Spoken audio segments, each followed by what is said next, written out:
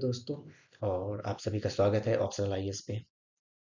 आज हम एक न्यूज़ डिस्कस करने वाले हैं जिसमें मुझे लगता है आप सबने कल से सुना होगा कि अफगानिस्तान में जो तालिबान गवर्नमेंट है उसने औरतों को एक दूसरे से बात करने पे यानी कि ऊंची आवाज में बात करने पे, लाउड बोलने पे भी अब बैन लगा दिया है।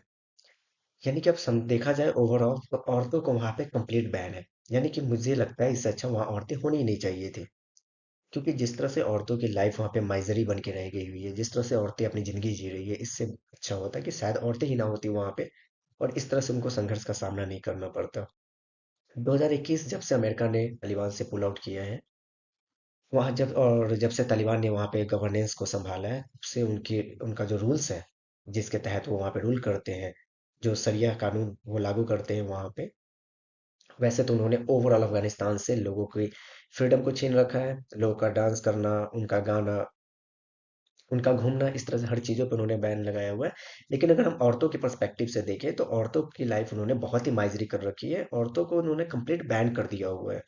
इससे पहले उन्होंने काफ़ी चीज़ें बैन की थी, जिसमें औरतों को स्कूल जाना बैन हो गया था। औरतों को हायर एजुकेशन यानी कि आप प्राइमरी एजुकेशन के बाद से आपकी पढ़ाई नहीं करनी है, आपको बाहर जाकर कोई भी औरतें बिना चेहरा कवर किए बाहर नहीं निकल सकती है। कोई भी औरतें अपने हस्बैंड या अपने घर के किसी मेल काउंटर पार्ट के अलावा बाहर नहीं निकल सकती है। उसके अलावा कोई भी औरतें अकेले नहीं घूम सकती है। यहाँ तक कि जो अस्पताल है जहाँ पे औरतें नर्स है, यानी कि जो फीमेल नर्स है, वह किसी भी मेल क्लाइंट के साथ उसके वाइफ या उनसे रिलेटेड किसी भी रिलेटिव्स के बारे में बात नहीं कर सकती है। तो इस तरह से तालिबान ने औरतों की लाइफ तो चारों तरफ से बैन कर रखी थी। बट जो एक इंडिविजुअल, एक छोटा सा जो राइट है, जो एज ए ह्यूमन हमें भगवान ने हमें दिया हुआ है, जो हम ऊपर से लेकर आते हैं, जो हम एज ए बर्थ जिससे प्राप्त है, बोलने का राइट, वो पब्लिक प्लेस में तो बैन था ही। अब तो उन्होंने नमाज पढ़ना और अपने इतना आवाज को एक पिच टोन पे भी उन्होंने बैन कर दिया। यहाँ तक कि अगर आपको उतना ही बोलना है जितना कि आपके पास वाला व्यक्ति भी आप ना सुन पाए, यानी कि आपकी बोली आपके कानों तक ही होनी चाहिए, के पास खड़े किसी मेल या किसी फीमेल को भी नहीं सुनाई देनी चाहिए। अगर आप पब्लिक प्लेस में अजान पढ़ रहे हो या फिर अपने घरों में आप अजान पढ़ रहे हो या फिर भगवान को प्रीच कर रहे हो, तो भी आपको अपनी टोन जो है बहुत ही नीचे रखनी है। तो इस न्यूज़ को सुनते ही तालिबान में बहुत सारे ऐसे मीडिया रिपोर्ट है जिनकी रिपोर्टिंग हुई और मैंने देखा कि बहुत सारी औरतें दुआ कर रही है कि इससे अच्छा तो उनको शायद मौत मिल जाए या उनको शायद जन्म ही नहीं लेना चाहिए था अफगानिस्तान के इस जमीन पर, जहां तालिबान इतना टाइरेनिक तरीके से रूल कर रहा है। और मुझे और सबको ये जानकर आश्चर्य है कि देश दुनिया के इतने बड़े एजेंसीज, ऑर्गेनाइजेशंस, यूनाइटेड नेशन ऐसे ऑर्गेनाइजेशन, अमेरिका, रसिया, चाइना, इंडिया, इतने बड़े कंट्री भी अफगानिस्तान में इस तरह की चीजों को खत्म नहीं कर पा रहे हैं। तालिबान के साथ बैठकर कोई बात नहीं करना पसंद कर रहा है, या तालिबान को कोई समझाना सही नहीं समझ रहा है कि शायद उसे कुछ अभी के जनरेशन के हिसाब से, या फिर जिस वक्त में इंसान जी रहा है, इस वक्त में इंसान को एक छोटी सी या जो जरूरत है, जिसके लिए हम इंडिविजुअल एज ए ह्यूमन अपने आप को प्रेजेंट करते हैं, हमें वो राइट तो एटलीस्ट बेसिक राइट मिलना ही चाहिए। अगर अब वो भी राइट आपसे छीन जाए तो आपको ह्यूमन होने का कोई वजह ही समझ में नहीं आता। और शायद यही कहना है अफगानिस्तान के औरतों का। दोस्तों, मेरा नाम गौरव है और हम बात करेंगे आज अफगानिस्तान के रूल्स के बारे में कि किस तरह से उसने औरतों की लाइफ को माइजरी कर रखा है। ये मेरा चैनल है और अगर आप एथिक्स ऐसे या फिलोसफी ऑप्शनल पढ़ने में इंटरेस्टेड हो तो आप दिए गए नंबर पे मुझे कांटेक्ट कर सकते हो या फिर इस मेल पे आप अपना इंक्वायरी भेज सकते हो। ये मेरा एजुकेशन बैकग्राउंड है। मेरी 7 साल की टीचिंग एक्सपीरियंस है। साथ ही साथ मैंने फिलोसफी में आईआईटी गेट और यूजीसी नेट जैसे एग्जाम क्वालिफाई कर रखे हैं। दोस्तों, अफगानिस्तान में न्यू तालिबान का रूल चल रहा है और 2021 के अगस्त में अमेरिका ने अपने आप को कंप्लीट पुल आउट कर लिया था।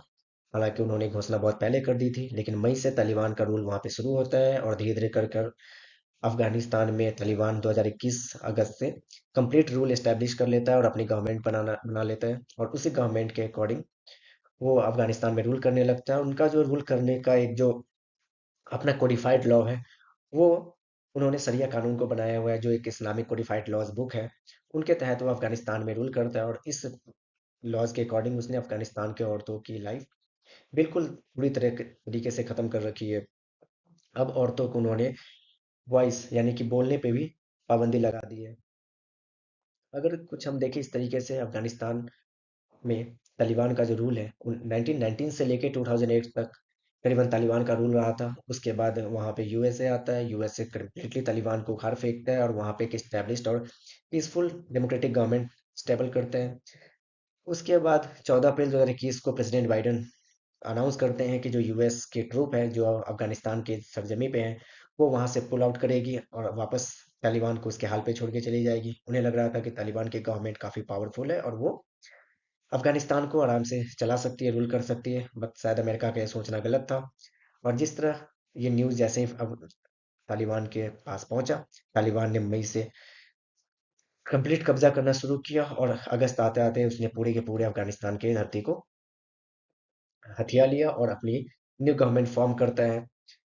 तालिबान कंप्लीट अगस्त 2021 में पावर में आता है और उस तरीके से 20 साल से जो अमेरिका वहां पे रूल कर रहा था वो कंप्लीट खत्म हो जाता है। अब हम बात करते हैं कि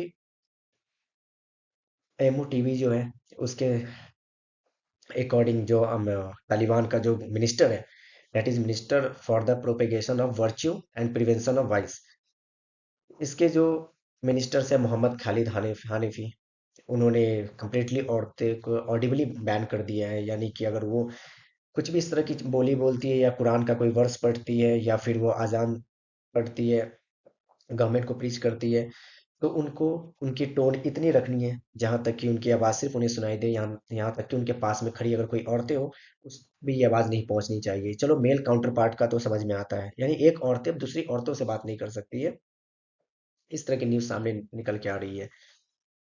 या when women are not allowed to call Kabir और अजान, इस तरह के कंप्लीट प्रेयर पे भी उसको बैन किया जा चुका है। हनाफी ने कहा है कि वुमेन की जो वॉइस होती है वो अवरा होता है। अवरा कहने का मतलब है कि वो उनकी जो आवाज है वो किसी भी पब्लिक प्लेस में किसी भी पब्लिक के कानों तक नहीं जानी चाहिए। यहाँ तक कि अगर एक औरतें अगर अजान पढ़ रही है या तकबीर, तो उनकी जो आवाज है अपने पास में खड़ी एक औरतों को भी सुनाई नहीं देनी चाहिए, क्योंकि उनका मानना है कि औरतों को पब्लिकली स्पीकिंग नहीं करना चाहिए, पब्लिकली बयान या पब्लिकली अपनी आवाज ऊंची नहीं करनी चाहिए। ये इस्लाम में फॉरबिडन है, इस्लाम इस चीजों को मना करता है। इससे पहले उन्होंने बहुत तरह के ऐसे पाबंदियां लगा चुके हैं। जिस तरह अफगानिस्तान में जो एक फीमेल हेल्थ केयर वर्कर होती है, यानी जो नर्स होती है, वो अफगान में किसी भी विमेंस का अगर ट्रीटमेंट करती है तो वो उसकी जो न्यूज़ है उसके हस्बैंड तक को, यानी कोई मेल काउंटर पार्ट या रिलेटिव्स को भी नहीं बता सकती है। वो उसे उस औरत के साथ ही वो न्यूज़ शेयर करना पड़ेगा। कुछ हालांकि कुछ समुदाय हैं अफगानिस्तान में या कुछ लोग हैं, कुछ जगह है खास करके जहाँ पे अफगानिस्तान सरकार ने औरतों को एज ए नर्स वर्क करने का परमिट दिया हुआ है। साथ ही साथ 6 ग्रेड के बाद औरतों को पढ़ने का राइट नहीं है अफगानिस्तान में। उसके अलावा किसी को भी पब्लिक एम्प्लॉयमेंट नहीं कर सकते हो, किसी भी पब्लिक स्पेस में आप काम नहीं कर सकते हो, किसी पार्क जिम या सैलून में आप विजिट नहीं कर सकते हो, आप कहीं भी अकेले ट्रैवल नहीं कर सकते हो बिना किसी मेल रिलेटिव का, या तो वो आपका हस्बैंड हो या आपके घर का कोई फैमिली में। उसके अलावा आप घरों से बाहर बिना सर से पैर तक, हेड टू टो, यानी सर से लेके पांव तक आपका जो शरीर है वो कवर, कुछ इस तरीके से अफगानिस्तान गवर्नमेंट ने पूरी तरीके से वहां की औरतों की लाइफ को है जो है काफ़ी माइज़री बना रखा है। काफ़ी उनको जीने का कोई वजह नहीं समझ में आ रहा है कि वो क्यों जिए, अगर उसे बोलने की आज़ादी भी तक नहीं है। यानी कि अपने घर में भी अगर वो बातें नहीं कर सकती, ऊँची आवाज़ में नहीं बोल सकती है, औरतों को समझ नहीं आ रहा है कि शायद उसे अफ़गानिस्तान ऐसे ज़मीन पे ज़िंदा रहने का भी कोई वजह है या नहीं है।